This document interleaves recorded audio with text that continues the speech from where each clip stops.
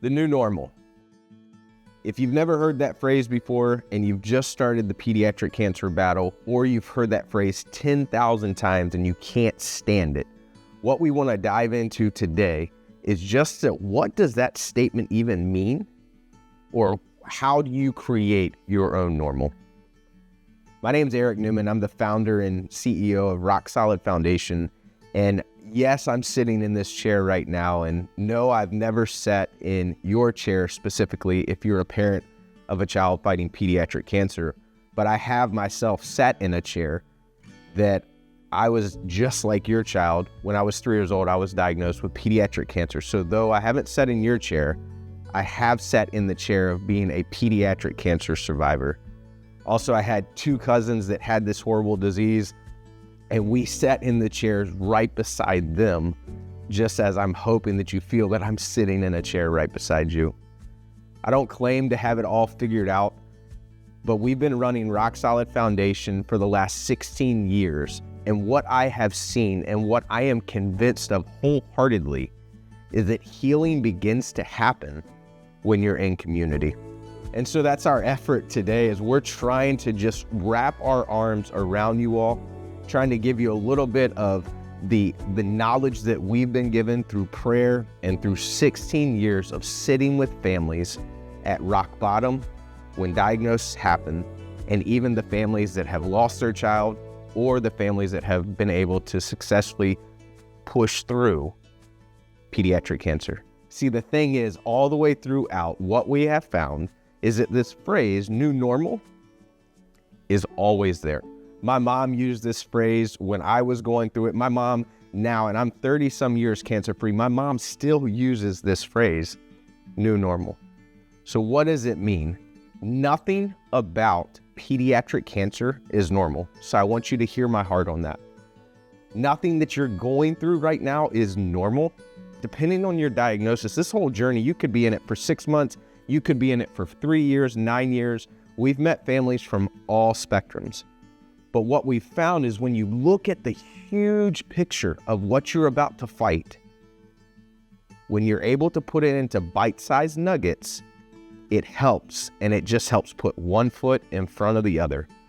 We've had the honor to be able to record and have great conversations with some families, so let's take a look at what their new normal means to them. I guess the new normal for us would be, at that time when she was first diagnosed, it was her being sick all the time, and us not knowing at first what was going on. It was really scary. It was something that I'm not good at dealing with things sometimes, and we didn't really have time to talk about it between us and to really, talk about it. We were just thrown into it. It was just something that we had to just adapt to, I guess, even though it was something we didn't have a time to adapt to. It's nothing I'd wish upon anybody, because it's the most scariest thing to be worried about your child at the same time. You don't know what's going on. There's no way that I can protect her. I told her a million times that I would make sure nothing bad ever happened to her, that I could, The new normal for us was understanding that the world was still going on around us, even though we felt like we were standing still. Having to take on medications, her taking steroids, that really changed. After we got through the medications, it took months for her to kind of turn back into what we were used to seeing her as, sweet little Maya. You've just heard from a couple families that are in the fight that we had the honor and privilege to be able to sit with and ask them what the new normal meant to them. And you heard that one dad was like, listen, it's my job to protect my child, and I'm not able to protect my child here. Or you heard from another parent that was talking about that the new normal for them, the reality was that the world didn't stop, but they had to try to find their own new normal. Now listen, for you, finding your new normal, what I want you to hang on to is that the new normal is a mindset.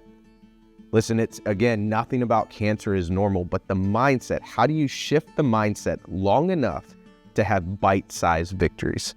For you and your family, we're gonna be side by side with you through this journey. If it's 2 days or if it's 10 years, we're gonna be right there with you. And that's what community does. And it reminded me of a scripture. It's Philippians 2:1-4. And it says, "Is there any encouragement from belonging to Christ? Any comfort from his love? Any fellowship together in spirit? Your hearts are tender and compassionate. Then make the joy complete by agreeing wholeheartedly with each other in mind and having the same mindset." And that's what we're gonna try to do. Now listen, for you to find your new normal, you're like, great, I just listened to these people. How does this impact me? How do I find my new normal? Well, your new normal starts with focusing on your immediate community. Either you're at ground zero or you're at year 10. Focus on your immediate community, focus on your spouse, focus on your kids. And we have a couple tips and tricks that can help you start incrementally thinking about the new normal in bite-sized nuggets wherever you are on the journey.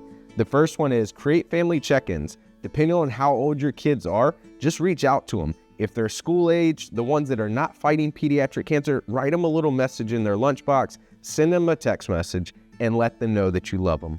The other part is, depending on with your spouse, one spouse is working, the other one is in the hospital, do a family check-in with them, and maybe even send them a little text just to let them know that you're thinking of them.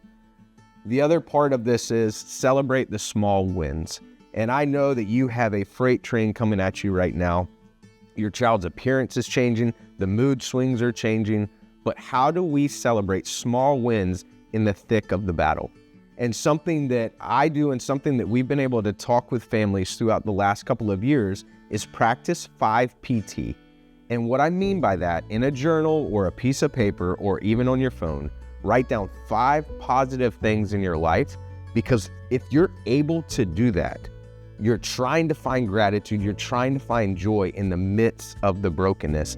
And I'm telling you, what we focus on is what we have the tendency to get more of. And I'm not speaking light that you are in the battle, your child's in the battle, but what I'm trying to share with you, if you can identify 5 positive things, that helps you shift the mindset just a little bit to help create the new normal. As we close this time together right now, my hope and my prayer is that you feel supported, that you feel like we are linking arms with you, and that you are a part of a community to where you do not feel alone. And that's what we're here for. I appreciate you, I honor you, and we'll talk soon.